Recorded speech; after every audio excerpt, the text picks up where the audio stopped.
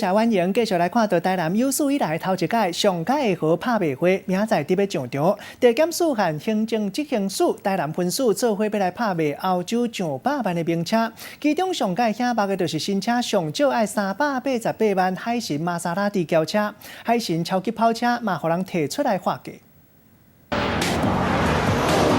玛莎拉蒂跑车是有一个就走过去，特别的流线型车身，甲真时尚有力的配备，真醒目。一台爱400万的超级跑车，就要伫台南来拍卖。捌，像这嘛毋捌坐过。 真罕咧看的100万跑车，嘛，互主任检察官目睭一金。不过，这台海神超级跑车车主因为诈欺案，煞来互人拍卖。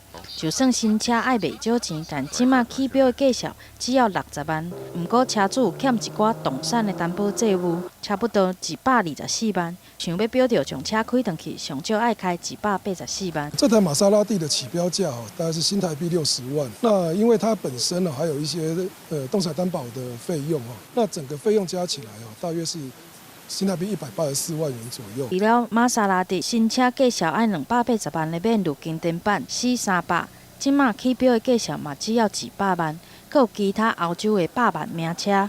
拍卖会伫咧10月初1早起要来开始，民众千万唔通错过。记者综合报道。